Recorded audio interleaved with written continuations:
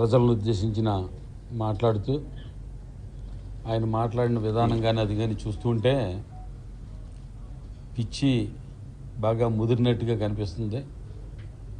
ఎందుకంటే ఆల్రెడీ గతంలో ఆయన మాట్లాడే విధానం కానీ ఆయన భాష కానీ లేకపోతే ఆయన ఊగిపోవడం కానీ రెచ్చిపోవడం కానీ ఈ లక్షణాలన్నీ కూడా ఏంటంటే అది ఒక పిచ్చికి సంబంధించిన లక్షణాలే. చూస్తూ ఉంటాం, ఎవరైనా ఆ రకంగా బయట ఎవరన్నా మాట్లాడుతుంటే వీటికి ఏమన్నా పిచ్చెక్కింది ఏంట్రా అని అనుకుంటాం. మరి ఈ రకంగా బాగా పిచ్చి ముదిరిపోయిన వ్యక్తిని తప్పనిసరిగా వైద్యం చేస్తే బాగుంటుంది అని చెప్పినప్పటికీ కూడా మరి పవన్ కళ్యాణ్ గారు ఎవరి మాట వింటున్నాడో లేదో తెలీదు, లేకపోతే ఆయనకి చూపించారో లేదో తెలీదు. ముఖ్యంగా వాళ్ళ అన్నగారు చిరంజీవి గారు కూడా నా తమ్ముడి పక్షాన్నే నిలబడతాను అని చెప్పి నిన్న మొన్న స్టేట్మెంట్లు కూడా చూసాం. చిరంజీవి గారికి ప్రత్యేకంగా ఆ కుటుంబ పెద్దగా ఆయన అన్నగా విజ్ఞప్తి చేస్తున్నా, సార్ రాజకీయాలు ఎన్నికల్లో పోటీ చేసినప్పుడు సపోర్ట్ చేయడము ఇవన్నీ కాదు, దయవించి మీరు మీ సోదరుడు మానసిక ఆరోగ్య స్థితి గురించి పట్టించుకుని హాస్పిటల్లో చూపించి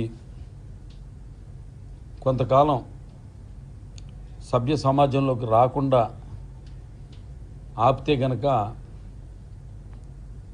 చాలా బాగుంటుందని చెప్పి ఆయనకి సూచన చేస్తున్నా. ఎందుకంటే భీమవరం వచ్చిన తర్వాత ఆయన మాట్లాడిన భాష జగన్మోహన్ రెడ్డి గారి గురించి, ముఖ్యమంత్రి గారి గురించి, బ్లేడ్ బ్యాచ్ అని లేదా కడప బాంబులని, మీరు రండి దమ్ముంటే ఏ సెంటర్ ఇస్తావో సెంటర్కి నేను ఒక్కడనే వస్తాను సింగిల్గా అని నాకు సవాల్ చేయడం, నన్ను ఒక రౌడీగా పోల్చడం, ఇవన్నీ చాలా విచిత్రమైన ఆయన మానసిక స్థితిని తెలియజేస్తున్నాయి. ఎందుకంటే మేమంతా బాగానే ఉన్నాం మామూలుగా, ఆయన వచ్చి కడప నుంచి బాంబులు తెచ్చుకుంటావా, నీ బ్లేడ్ బ్యాచ్ని తెచ్చుకుంటావా, ఏ సెంటర్ ఇస్తావో ఏ సెంటర్కి రమ్మంటావు,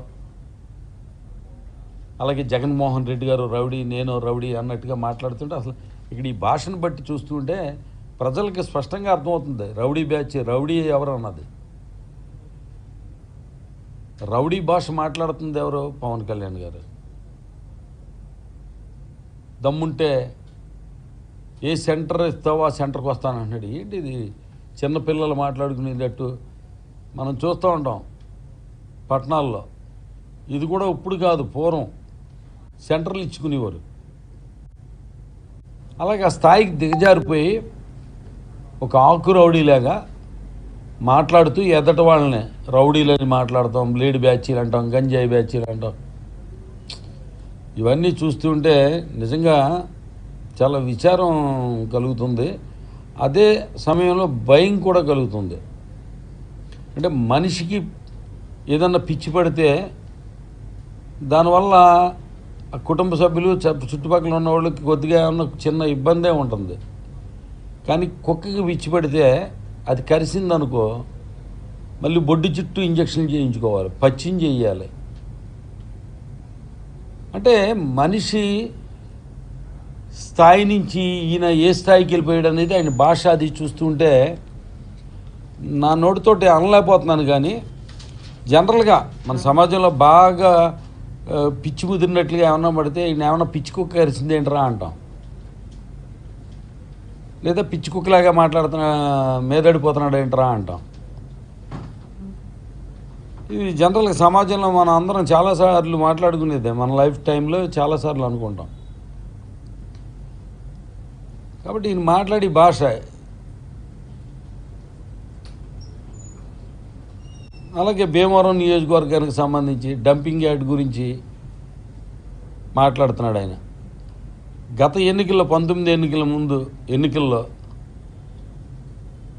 ఇప్పుడు ఆయన పార్టీ క్యాండిడేట్ 10 సంవత్సరాలు ఎమ్మెల్యేగా ఉన్నాడు, అసమర్థుడు, వీడు డంపింగ్ యార్డ్ లేదా కంపోస్ట్ యార్డ్ ఏర్పాటు చేయలేకపోయాడు అని చెప్పి తన పక్కన ఉన్న ఇప్పుడు వాళ్ళ పార్టీ క్యాండిడేట్ గురించే విమర్శ చేశాడు ఈయన. అంటే 10 సంవత్సరాలు ఎమ్మెల్యేగా ఉన్న ఆయన కంపోస్ట్ యార్డ్ ఏర్పాటు చేయలేకపోయాడు, అసమర్థుడు అని చెప్పి తిట్టిన అతను ఇప్పుడు అతనికే టికెట్ ఇచ్చాడు. అంటే రాజకీయాల్లో విలువల గురించి వాటి గురించి మాట్లాడుతున్నానని చాలా గొప్పగా చెప్పుకునే ఈ వ్యక్తి ఎటువంటి వ్యక్తి అనేది ఒక చిన్న ఉదాహరణ చాలు. అసలు విలువలు లేవు. ఇవాళ ఇప్పుడు మాట్లాడింది మళ్ళీ ఇంకో గంట తర్వాత మాటలు మారుస్తాడు. ఓసర వెళ్ళిలాగా రంగులు మార్చినట్టు ఎప్పుడు ఏది మాట్లాడతాడో కూడా తెలియదు. అసలు ఆ భీమవరం గురించి ఏం తెలుసని, భీమవరంలో కంపోస్ట్ యార్డ్ ఏర్పాటు చేయడానికి 6 ఎకరాల 60 సెంట్లు భూమి సేకరించి దానికి సంబంధించిన ఆ రైతులకి డబ్బులు కూడా చెల్లించి భూమిని స్వాధీనం చేసుకోవడం కూడా అయ్యింది.